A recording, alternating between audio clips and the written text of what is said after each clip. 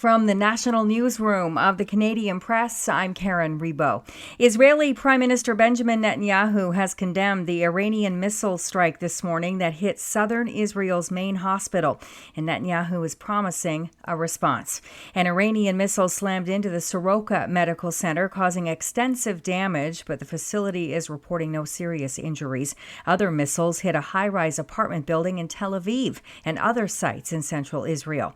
Israel, meanwhile, carried out strikes on Iran's Arak heavy water reactor this morning as it continues a week of attacks targeting Iran's sprawling nuclear program and military sites.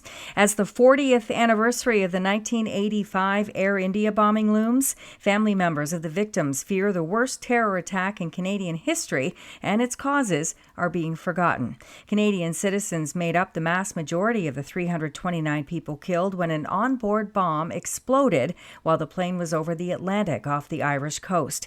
Hamilton, Ontario's Rob Alexander, who lost his own father in the bombing, says both the Prime Minister and Ontario's Premier have said they won't be attending commemorations families have organized across Canada this month.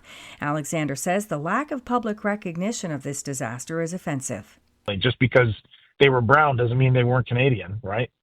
You know, the majority of people were Canadian taxpayers on that flight, and the government did not, and even today has barely recognized that. Prime Minister Mark Carney's office has not responded to requests for a confirmation, while Doug Ford's office says the Ontario Premier cannot attend due to previous engagements that day.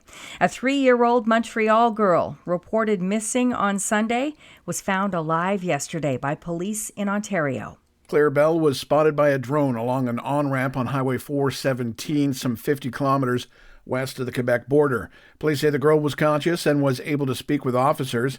At a news conference late Wednesday, Ontario Provincial Police Acting Staff Sergeant Sean Cameron recognized the efforts of searchers from both provinces. This search proves that when a child goes missing, there are no inter-provincial boundaries. There is only one goal: to find them. Bell was reported missing under unclear circumstances after her mother allegedly entered a store west of Montreal on Sunday, telling staff that she couldn't find her child. 34-year-old Rachel Ella Todd was later charged with unlawful abandonment of a child. Rob Westgate, The Canadian Press. A new poll suggests almost 1 in 4 Canadians report they were directly affected by extreme weather events over the past year. The Leger online poll of 1,500 Canadians was conducted last weekend, and it comes as Canada copes with its second worst wildfire season on record. The findings suggest 23% of Canadians were personally affected by heat waves, floods, fires, and tornadoes in the past year. This is the Canadian Press. In sports, the Toronto Blue Jays rattled past the Arizona Diamondbacks 8-1 Wednesday night for their second straight win at Rogers Centre. Blue Jays manager John Schneider says the top of the order, Bo Bichette, Addison Barger, and Vladimir Guerrero Jr. helped set the tone. When you get those three guys, they hit the ball hard, and I kind of like that kind of out of the gate. The teams will close out the series later today with a matinee.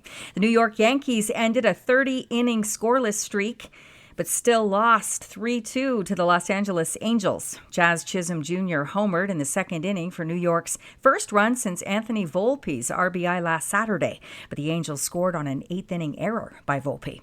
And Canada's Shai Gilgeous-Alexander is a win away from an NBA championship with the Oklahoma City Thunder. They can close it out Thursday night in Game 6 against the Pacers in Indiana. There's no word yet on whether Tyrese Halliburton will be in the Pacers lineup. He's dealing with a strained calf. From the Canadian Press, I'm Karen Rebo. Thanks for listening. Don't forget to follow and subscribe. For more of today's top stories, visit thecanadianpressnews.ca.